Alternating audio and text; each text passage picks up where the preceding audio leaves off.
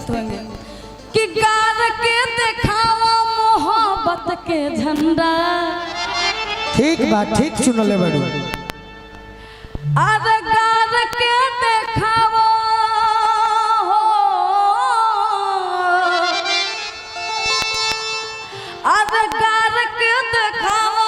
खरे होइए, खरे होइए, मोहब्बत के झंडा। ना ना ना ना ना खरे होइए, खरे होइए। ठीक बा, हमने के जे रिश्ता बा रहल रहे खरा रह, खरा रह। ई बात हम ना निशा दीदी कहत रे, आप लोग का प्रेम कहानी जोड़ी बड़ा सलामत रहे। हाँ, बाकी कहे के बा कि गार के देखावा हम मोहब्बत के झंडा। बोला बोला। ए मिसीर जी, ए बिकू जी, कि गार के दिखावा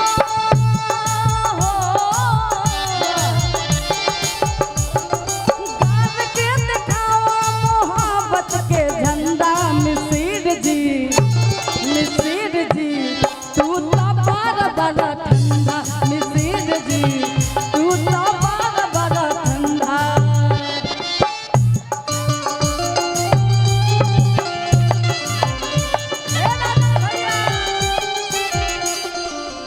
गाड़ के दिखाई मोहब्बत के झंडा इनकरा के कह दो।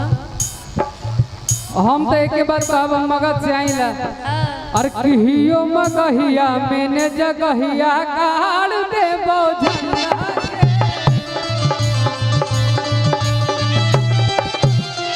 कहियो मगहिया मैंने जगहिया गाड़ देबो झंडा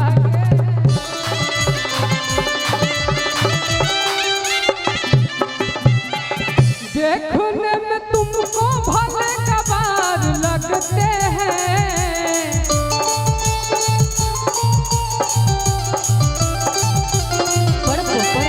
देखने में तुमको भले कबार लगते हैं। तोरा का पता है ई कमाथिए से हम तो रंगदार लगते हैं।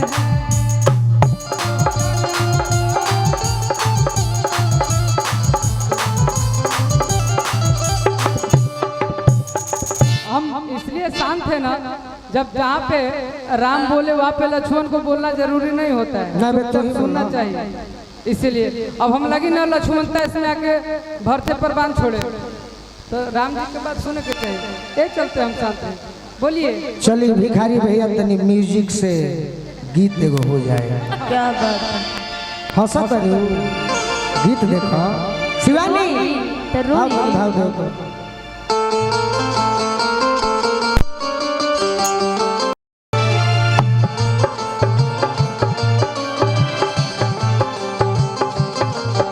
भाव भाव भाव।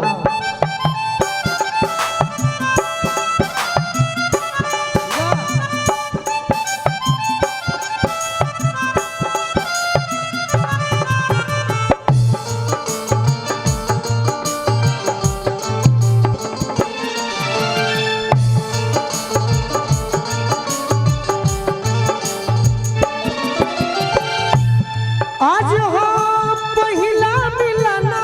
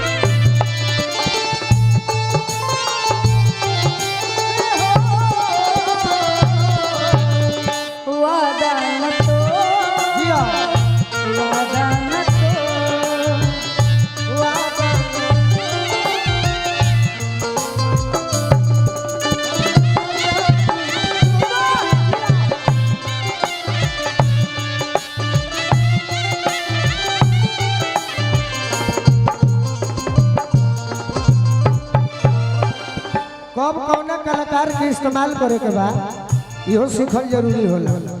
अभी लोग बैठा रहे केहू बोलावते ना रहे।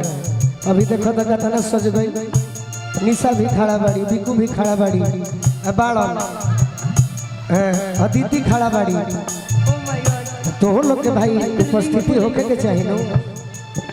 एक ही कहत बिकू बड़ी राजा जी के उठावा में उठ जब साथी, राजा जी के उठावा में उठ जब साथी, भूख भूख बारी हमारा दिलवा के बाती, भूख भूख बारी हमारा दिलवा के बाती। अरे भूख भूख बारी हमारा दिलवा के बाती।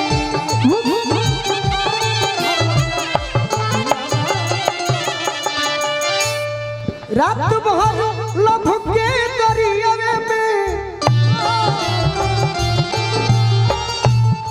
रात भर लभ के दरियावे में नेहान होखे दी। एह बे राजा जी के कोरवे में जवान होखे दी।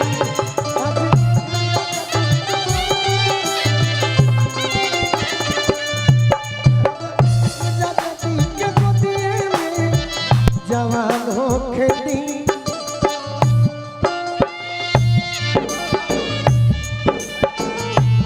झूले झूले झूल मुझे झूले,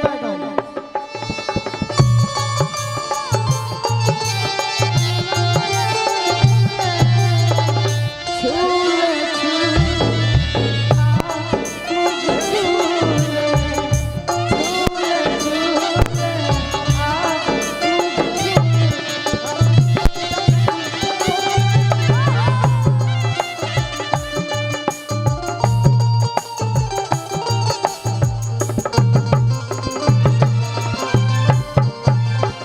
फिरोज भैया, भैया के आशीर्वाद मिलल। हम तो केवल